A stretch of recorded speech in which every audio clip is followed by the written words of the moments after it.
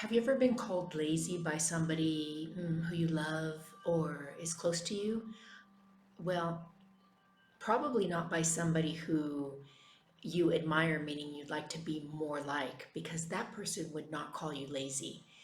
There's something about having productive rest that allows us to be more efficient, more focused in everything.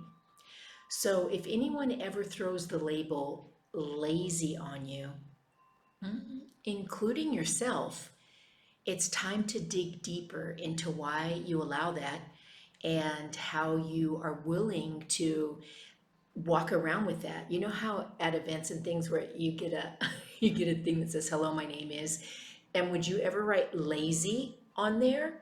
Well, it might be cool as a conversation starter, so I'm not going to knock it. But we need to be mindful of how we allow labels to be attached to us. So, I'd like to talk today about the difference between productive resting and lazy. It's really important when we understand the pillars of white supremacy that there is something called either or thinking. And that's where laziness can fall into this, right? Because that means there's no opportunity for both, there's no opportunity for and, which is sad. So either you're working or you're lazy. There's nothing in between, right? And that line of thinking is what I'd like to help us annihilate today and find the Zen diagram. Sorry. The middle part is where we can live. Because if you work too hard, you get burnt out. And if you enjoy your work, you could still get burnt out. Because a lot of people say if you love the work you do, it doesn't feel like work. But we still need time to move and ebb and flow. I'm going to put this in the show notes because I really enjoyed this book, Still Like an Artist from Austin Kleon. And there's a chapter, a whole section in there called Productive Procrastination. And so that's what I'd like to talk about today, as well as giving you, of course, your 3 steps for action.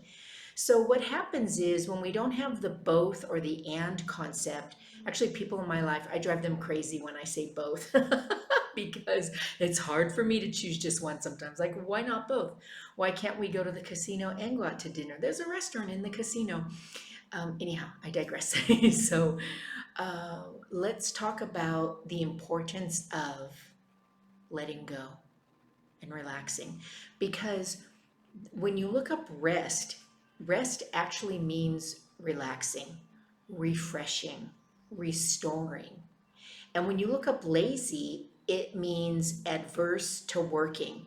So we're not adverse to working. I don't believe. If you really are, then maybe you shouldn't be doing that work. You gotta watch the other vlog on how to love work you hate. And so the point is, we become more productive, we become more creative, we become more efficient and effective when we shift gears on occasion, um, like Austin talks about in his book. Okay, here's your 1, 2, 3s. So, number one, notice when you're avoiding work. That's your first step. So, when you're avoiding the work or something that needs to be done or something that has a timeline, because that's another pillar, then look at why. Maybe you really don't want it.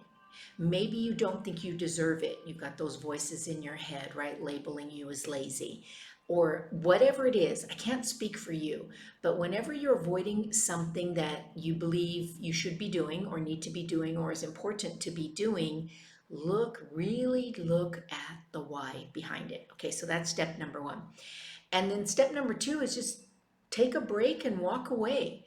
I have a bunch of family and friends, and we play Wordle every day. It's a New York Times game.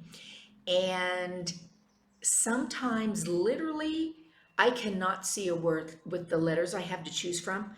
I am sitting in my chair going, there is no word in the dictionary with these letters, which is ridiculous.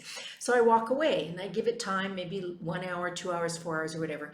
And then when I sit back down and look at it again after having taken a break, a rest, a restoration, it becomes really clear to me.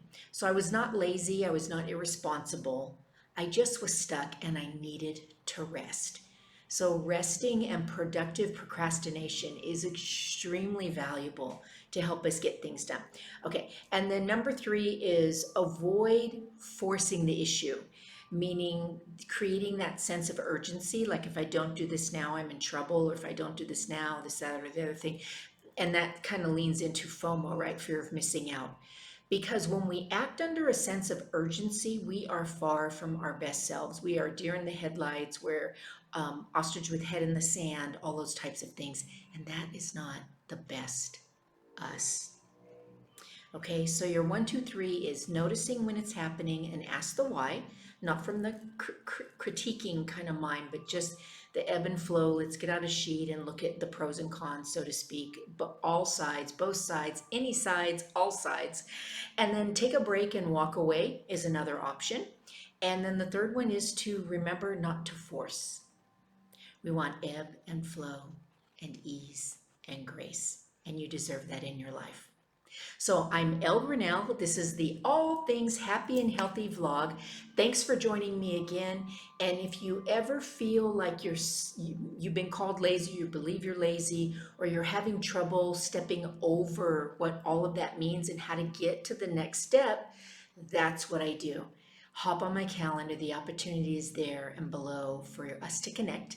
I would love to share my gifts and talents with you and help you cross over from one side to the other where you can see and you'd like to be. So until then, until next week, or until you hop on my calendar, I'd like to, please subscribe, like, and share. That's extremely important as well.